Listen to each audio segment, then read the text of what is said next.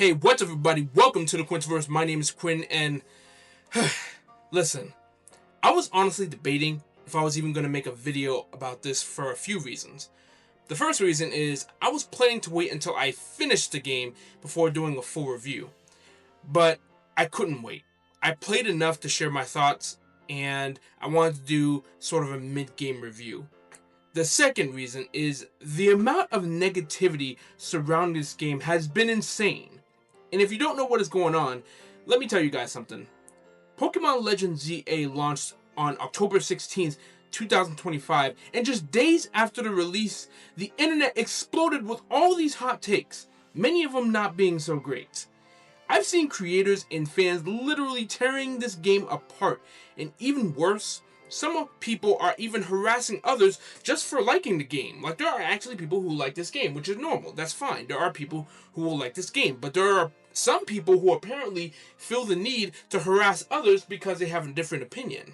I've seen posts on X saying things like, if you enjoy this game, you're not a real Pokemon fan, or videos calling this game the worst game ever created, or the worst Pokemon game that they ever played, or something like that. And honestly, it just feels like some people are being negative purely for clicks. And it's basically called negativity grifting, you know what I mean? Now, that might not be the case for some people here. Maybe some people legitimately think what they think when they post it on social media or YouTube or whatever. That's fine. But I do know that there are content creators out there who are literally just tearing this game apart, not because it's actually the worst, or not because it's a horrible experience that they can't bear, but because it gets them the views that they need. And that's exactly what I wanted to share. And I wanted to share also my honest thoughts about the game, because truthfully, I'm enjoying the game. It's good. It's not perfect, but in my opinion, it's very good. And in this video, I'm going to be breaking down what Pokémon Legends Z-A does right, where it falls short, and why this conversation about it being negative has gotten so out of control. And I want to share this with you guys. So before we dive in, make sure you guys hit that like button. Greatly helps out the channel. Also, make sure you hit the subscribe button as well. Turn on the bell for all notifications so you guys will know either when I'm uploading or streaming. Follow me on social media. That is Twitter, aka X, and Instagram for all kinds of updates on when I'm streaming or when I'm recording, and many more updates on the Quintiverse channel. Alright guys, let's get into this. So usually I would rather start with the positives when it comes to reviews like this, but this time I want to flip it and start with the negatives, then go into the positives. I think that's a better order for this video, you know what I mean? So I want to start off with the first negative, which is basically the design of the setting of the game, like the look of the city, you know what I mean? One of my biggest criticisms right now is how rough the buildings look, and honestly, it's a valid criticism, you know what I mean? A lot of textures just feel flat and unfinished, you know? It's almost like someone just, I don't know, it's like slapped a JPEG onto a 3D model and called it a day. And many of the building structures just seem really copy and paste, which just really hurts the setting of the game, in my opinion, you know what I mean? And that's disappointing just because, like, the whole game revolves around Lumiose City, you know? And it's one of the most iconic Pokemon locations ever, you know what I mean? Because I'm a big fan of Pokemon X and Y. And you're expected to feel alive, but instead it just feels a little bit like, I don't know, it just feels a little bit lifeless from time to time, especially when you spend a little bit of time longer in the game. I'm not saying that's how it completely feels, because I haven't been getting that feeling lately because of the other aspects of the game, but just, if you actually pay attention to the setting, it just feels more copy and paste, you know, more than just creatively designed, if you know what I mean. And the limitation doesn't help because you can't enter most of the buildings, which I feel like is a missed opportunity.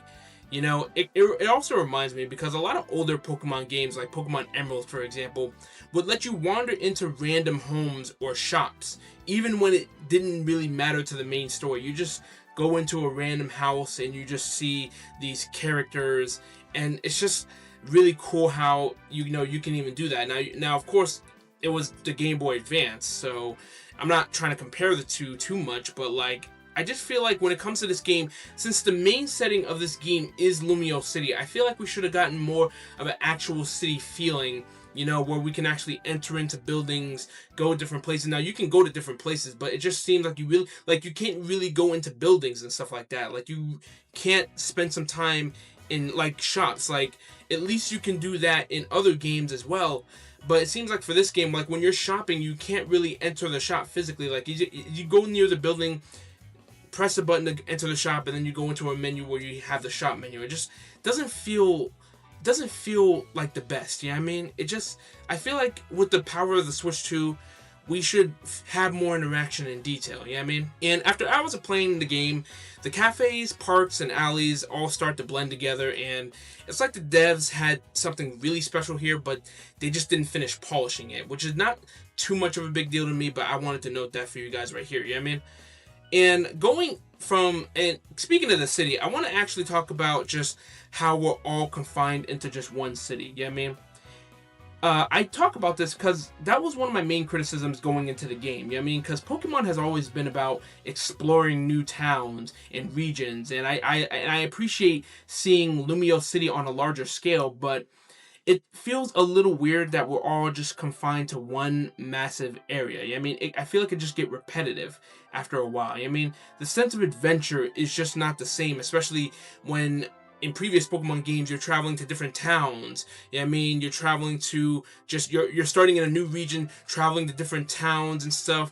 It just feels great. It feels great because you're traveling to different locations that will have new Pokemon. You have the starter Pokemon during the start of the game, and then you can progress and meet new Pokemon that you're willing to catch as well. And it's kind of the same with this one as here. You start at one part of the city and then you progress to the other part of the city, you know, but it just feels a little weird to still be in one city. But I don't have too much to complain about that, just because like I've been having fun with the game nonetheless, you know what I mean? But it's just something that I feel like is strange when it comes to the concept of Pokemon, you know what I mean? And because we're being limited to a single location, Z-A introduces something called Wild Zones. And Wild Zones are basically areas where Pokemons can roam freely within a city. They're like these little areas where the Pokemon can roam free and you can just feel free to capture them, battle with them as much as you want, you know what I mean?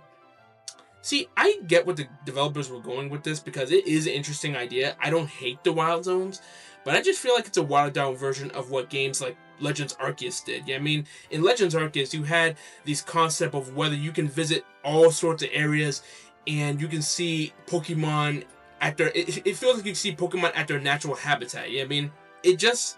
Like, that's one of the things that Legends Arceus did so well. You know what I mean? The game gave us diverse environments, snowy mountains, beaches, forests, seems like swamp areas as well, each filled with different Pokemon that you would have to go to that specific area to catch, and you would have to progress in the game to get to that specific area, which feels great. And I feel like Z-A didn't quite capture that same variety. I mean, it just seems like you go into a little location, you have a limited number of Pokemon you have to catch, and there we go. You can exit out of the city anytime you want. It just doesn't feel the same. And I feel like with games like Legends Arceus, you know, you have that freedom sense, you have that adventure sense where you can just explore all the well-designed levels, all the well-designed land of the new region you're just exploring for the first time ever. And I just don't get that feel, you know what I mean? I just feel like, okay, I'm exploring a new area which kind of looks the same as the last area I visited, but just with a little bit of a different Pokemon, you know? And that's kind of what I have to say about that. I mean, like, I don't hate it too much, but I don't get I don't get too much of where they were going with it. I kind of do, but I kind of don't. And it just feels like that's the limitation of just having one big location, you know what I mean? They're trying to make sure that you're still able to catch wild Pokemon, but this is what they came up with because you're adventuring in Lumiose City alone, yeah? And the final negativity that I have, you know, is just the lack of voice acting. And listen, I just generally do not understand about having no voice acting in the game, you know what I mean? It's 2025, and this is the first ever Pokemon game on the Switch 2, and still, we have no voice acting. Now, granted, it's been released for the Switch 1 and the Switch 2, but I'm sure the Switch 1 can handle that. I mean, I've heard so much that the Switch 1 actually runs what Pokemon Legends Z-A, it runs it well, you know? So I feel like voice acting would not have hindered it at all, you know what I mean? It doesn't ruin the experience. It doesn't ruin the experience to having no voice acting. At least for me, it doesn't completely ruin the experience because I'm kind of used to stuff like this. But but it just makes dramatic scenes feel awkward. You know what I mean? You know, we had that same issue, I feel like, in games like Sword and Shield, and I really thought that this would be the generation where, or at least the game, I should say, where they would finally fix it. You know what I mean? And both the Switch 1 and the Switch 2 could easily handle it, like I said. So I just feel like there's no excuse for the voice acting. I just feel like this is something that they could have done, and it would have made the game that much special and that much lively, as I would say. But I just don't understand why they didn't put any voice acting. It just kind of feels, it makes the scenes look anticlimactic in a way. It just makes them feel like they could have had a lot of emotion, but they don't have enough emotion. But that's just my viewpoint. Yeah, I mean, hopefully the future titles will fix this and then step it up. Yeah, I mean, now that we've covered the negatives, let's talk about the good stuff here. Because I got a lot to say. So let's talk about the positives in the game. You know what I mean? And I want to start the positives off with the battle system. Now, let me tell you guys something.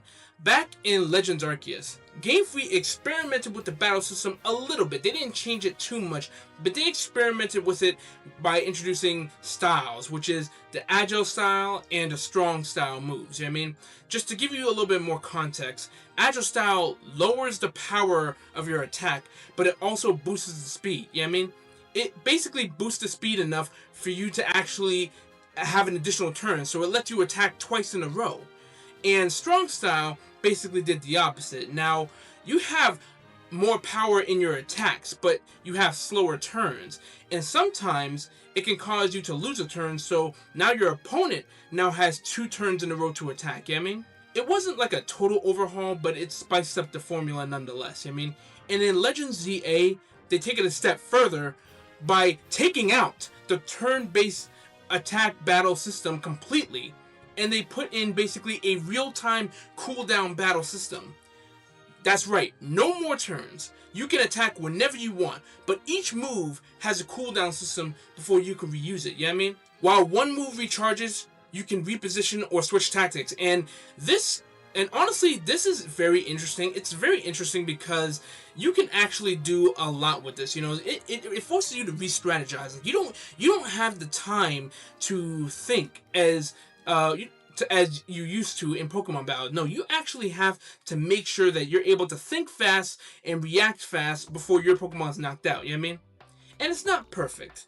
Sometimes it turns into a whole button mashing chaos. Like, for example, you're just spamming moves over and over until the move that you want is finally available past the cooldown. You know what I mean? But when you use this movement and the timing, it feels great. You know what I mean?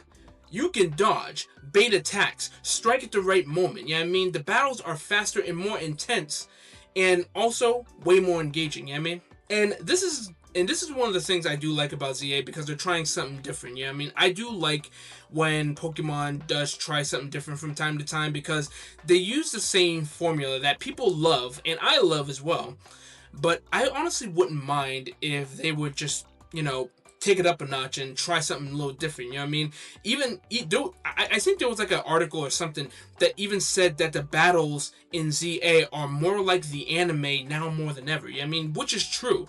For those of you guys who watch the Pokemon anime, you guys know that they wouldn't just do the turn-based Pokemon style. Sometimes they would take it up a notch and do something just for the sake of the show. But now we actually have real-time battles, and that introduces a whole new way to actually do a Pokemon battle. And yeah, I mean, and one of the things about this game is this game emphasized combat a lot, especially in the nighttime battle mode, where you basically face a series of opponents that you will find in a certain area until you actually earned your promotional match. And that will earn you like a challenge ticket, so you can face your promotional rival, so you can level up from rank whatever to the next rank. You know what I mean? And the new system is just great. You know what I mean? It's bold, it's different, it works, and overall, I'm having a lot of fun with it. You know what I mean? Now, I want to talk a little bit about performance and graphics. You know what I mean? After Scarlet and Violet's big performance issues, you know what I mean? You guys remember that, right? Like, Scarlet and Violet to me are good games, but they had a lot of different performance issues, and it just struck a lot of people the wrong way. And to be honest, I didn't like it either. I was experiencing a heck of a ton of performance drops, and my game, I was playing Pokemon Violet, and my game would crash constantly. Constantly. So much. Sometimes when I'm starting a battle, sometimes when I'm trying to play co-op with my wife, so many times, you know what I mean? But let me tell you guys something. Pokemon Legends Z-A runs great. As a matter of fact, on the Switch 2, it runs better than great, you know what I mean? The frame rate is steady, the load times are quick, and even the original Switch version apparently runs well, which I've heard. I haven't played the original Switch version, but I've actually just heard about this, you know what I mean? And this just shows how Game Freak has definitely improved. They took time to optimizing this game and not try to rush this out the door, you know what I mean? They actually took time to make sure that the performance is good, you know what I mean?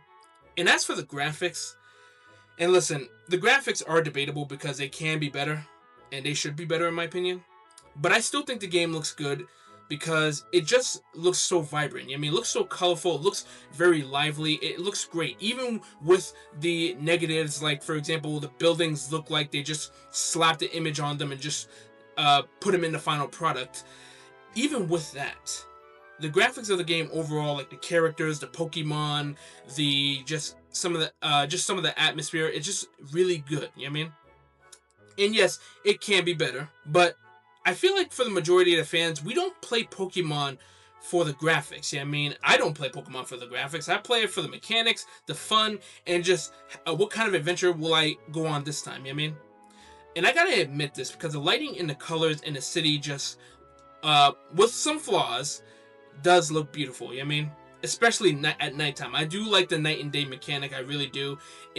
And Pokemon games have done this before, but I like that they gave night and day purposes. Daytime, you do missions and side missions and stuff like that. Nighttime, you basically have to do a series of battles. You don't have to participate in it, but it's pretty good to give that option, you know what I mean? Now, I'm going to talk about one of my favorite positives that I was so happy when they announced this. One of my absolute favorite positives is the Mega Evolutions are back. And let me tell you guys something. When Z-A was first announced, I was hyped to see this return, you know what I mean? And for anyone who is new to Pokemon, Mega Evolution was one of the first major gimmicks, and it appeared in the Pokemon games of X and Y. It was Gen 6, you know what I mean? This was the series' first 3D generation, the first 3D generation of mainline Pokemon games. You know what I mean? I'm not counting games like Pokemon Coliseum or Pokemon XD Gale of Darkness, even though they are excellent games. But going back to the topic, Z-A not only brings back the classic Megas, but they add brand new Megas like Mega Dragonite and Mega Hawlucha. And I'll admit, some of the designs are really questionable. Like Mega Dragonite.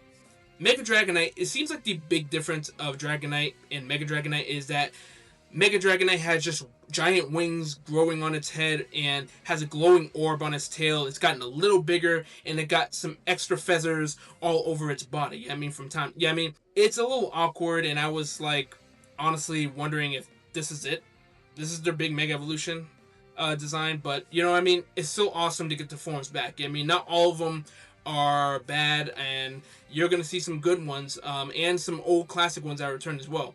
And I get why not all of them are great. I get it. I mean, I'm still pretty indifferent about Mega Feraligatr, because I Mega Evolved my Feraligatr, and I still don't know what to think, you know what I mean? But you know what? It's fine. But they could have done more with it. But even so, I'm just happy that the Mega Evolutions are back, you know what I mean? And about I don't know how much hours I put into this, you know what I mean? Because I'm basically at the part where we're just starting to do a lot of rogue Mega Evolution missions. I mean, the mechanic is basically giving a lot of nostalgic excitement from games like X and Y, and it's giving the battles more meaning, which I pretty much like. I mean, and this leads me to the next positive, which is the rogue Mega Evolution battles. I mean, again, people are indifferent about this, but I want to explain why I like this. So this is a new concept that basically introduces wild Pokemon that go berserk and Mega Evolve without a trainer's control. I mean, without a trainer's bond or anything that or something like that. You know what I mean? And correct me if I'm wrong, but I feel like this was inspired by a movie from the Pokemon XY anime where all the Mega Evolutions just ran control. They did a movie, I think it was like the last movie of the anime, where a lot of wild Pokemon would Mega Evolve without trainers. And I think it's somewhat inspired by that, you know what I mean? And I fought a few rogue Mega Evolution Pokemon so far, you know what I mean? Including the tutorial one, which is Mega Absol. And these fights are intense. You know what I mean? You have to keep attacking until their HP is gone. Because let me tell you something. These Pokemon hit like trucks. Let me tell you something. You can lose two ways. Either by all your Pokemon getting KO'd, or by you getting KO'd. Like, you can take damage in this battle. And I remember almost winning a Mega Evolution fight, but I got so injured that I didn't even realize it until I was in the red zone, and I just got knocked out, and I had to start the whole battle again. It's crazy of how strong these things are, but like, at least it gives you a challenge that you can actually capitalize on. You know, you can dodge, you can give spacing between the two, you can attack. You know, timing is essential. It's not just random button mashing, because if you do nothing but button mashing, you're gonna lose. You know what I mean? And each encounter has really kept me on my toes, and I know there wasn't that many of them, but it did give me a feel of the challenge that actually will be in this game, because this game can be both easy and both challenging depending on where you are. You know what I mean? And it's just great to see how just all the challenges that are put in this game, you know what I mean? Okay guys, so I want to wrap this video up by addressing the constant debate and the negativity surrounding this game. And I know I'm going to get a lot of people talking about this. People who are probably watching this is probably going to have something to say, which is fine. You know what I mean? I don't mind you guys expressing yourselves as long as it's respectful. You know what I mean? I just want you guys to honestly voice your opinions as well. But listen, I get everybody's entitled to their opinion. But I've noticed nowadays, negativity sells. And a lot of creators jump straight to the outrage, you know what I mean? Making thumbnails like this game is trash because it drives clicks. And sure, if they feel that way, then that's fine. But the problem is that there are so many people often adopting these opinions without ever trying the game themselves. I mean, they're basically just getting on the negativity train without just like actually trying the game themselves, because that's when you're actually going to legitimately get your own experience and opinions out. You know what I mean? When I bought Z-A, I avoided all the reviews, you know what I mean? I just avoided all the reviews. I had a couple people from GameStop actually talk about the game, because there was this one guy who was literally playing the game right in front of me, and he liked it, but I wanted to experience the game for myself. And after spending some time with it, I can honestly say that I'm really enjoying my time on this game. I'm really enjoying the game overall. I'm enjoying the new mechanics. I'm enjoying just this new adventure. You know what I mean? And listen, it's not flawless, and that's fine. It does have some very valid flaws. But overall, I believe it's fun, and that's what matters. You know what I mean? If someone plays it and dislikes it, that's totally okay too. That is fine. If they don't like the game, that is completely fine, because everyone's experience is different. You know what I mean? But don't let someone's negativity rob you of your own curiosity. You know what I mean? The best way to know if a game is worth it is to play it yourself. And if you don't want to basically pay the large $70 price for the game, that's fine. You can try the game out yourself by renting it on stuff like GameFly. You can literally rent a game and try it out for yourself and see if you like the game or not, or see if what people are saying is true about this side or that side. I think that's just the best way if you don't want to pay out that $70 price tag. You know what I mean? And it's understandable. But since the release, I've seen so many comments that says like, if you like this game, then you're not a real Pokemon fan, or I can't watch this person anymore because this person actually likes this game. And honestly, that's just ridiculous. Being a fan doesn't mean agreeing with everyone else. I mean, and some of these people haven't even touched the game. They're just basically echoing what others said. You know what I mean? And this kind of brings me to my point that negativity does equal engagement, and that's the sad truth. You know what I mean? And you can get criticized. You can criticize anything and get views. You know what I mean? And like, I am glad that there is a lot of people, there is a lot of YouTubers that's actually calling this out. You know what I mean? One of the YouTubers that actually made a video about this, Nintendo Land actually called this out, pointing out that people are being negative for the sake of views. And I actually thought he made some great points in that video. You know what I mean? He pointed out how some creators are being overly negative towards Nintendo purely for clicks. You know what I mean? And that's not saying that Nintendo doesn't deserve criticism, because guess what? They absolutely do.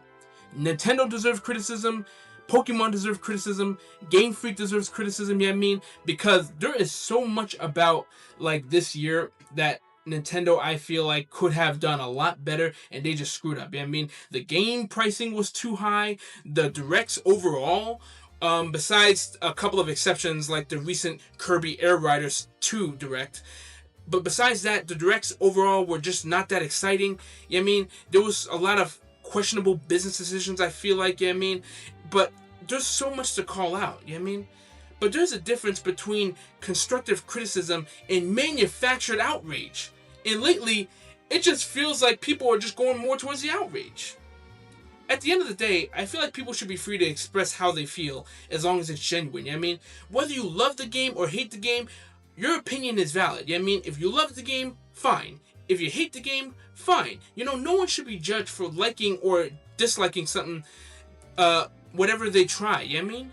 And if someone's having fun, like, they didn't waste their money. I mean, there are a lot of people who are saying that people waste their money on this game, or people willing to pay the $70 price tag on this game. And I'm like, is it really a waste of money if they like playing the game, if they really enjoy playing it? Ain't that the whole point of gaming? So I say basically, please, for people out there who's harassing others for just liking this game overall, please stop attacking people for their opinions. I mean, if you disagree, you could just keep scrolling or just ignore or something like that. You know, respect goes a long way. But that's just what I think. Yeah, I mean, that's just kind of my view on this whole thing, just because I feel like it's gone out of control. Yeah, I mean, and it took me a while to actually get this video out and explain this, but I wanted to explain it just because I feel like people are so divided from this game, and they don't have to be. You know what I mean? Every game has that fan base that either likes or dislikes it, and that's fine. No matter how popular the game is, there are people who dislike the game nonetheless, and that's fine. You know what I mean? But I feel like people should be free to express themselves, and just remember to also remember that games like this, if people are finding enjoyment of it, that's what matters. That's how content creators like me basically judge a game. I judge a game by how much fun I'm having, you know? I judge a game also by how it looks, how it plays, etc., etc. But overall, I also judge it by how much fun I'm having. And I feel like that's an honest thing to say, you know what I mean?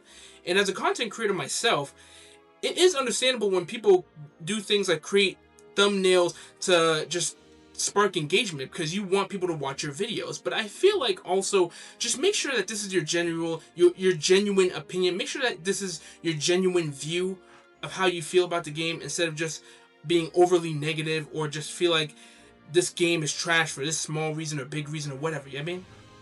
But rant over. But let me know what you guys think about the game. What do you think about Pokémon Legends Z-A? Have you played it yet? Do you love it? Do you hate it? Or do you fall somewhere in between? Excuse me. You know, drop your honest thoughts in the comments down below. I would love to hear your viewpoint. You know what I mean? And as always, thank you so very much for watching. Make sure you guys hit that like button. It really helps out the channel. Make sure you guys hit the subscribe button as well. Turn on the bell for all notifications so you guys will know either when I'm uploading or streaming. Follow me on social media. That's Twitter, aka X, and Instagram for all kinds of content and all kinds of news from the Quintiverse channel. Okay, so thank you guys so much for watching, and I'll see all of you guys in the next video. Gotta catch 'em all. Woo! I'll see you guys. God bless, and have a great rest of your day. Woo!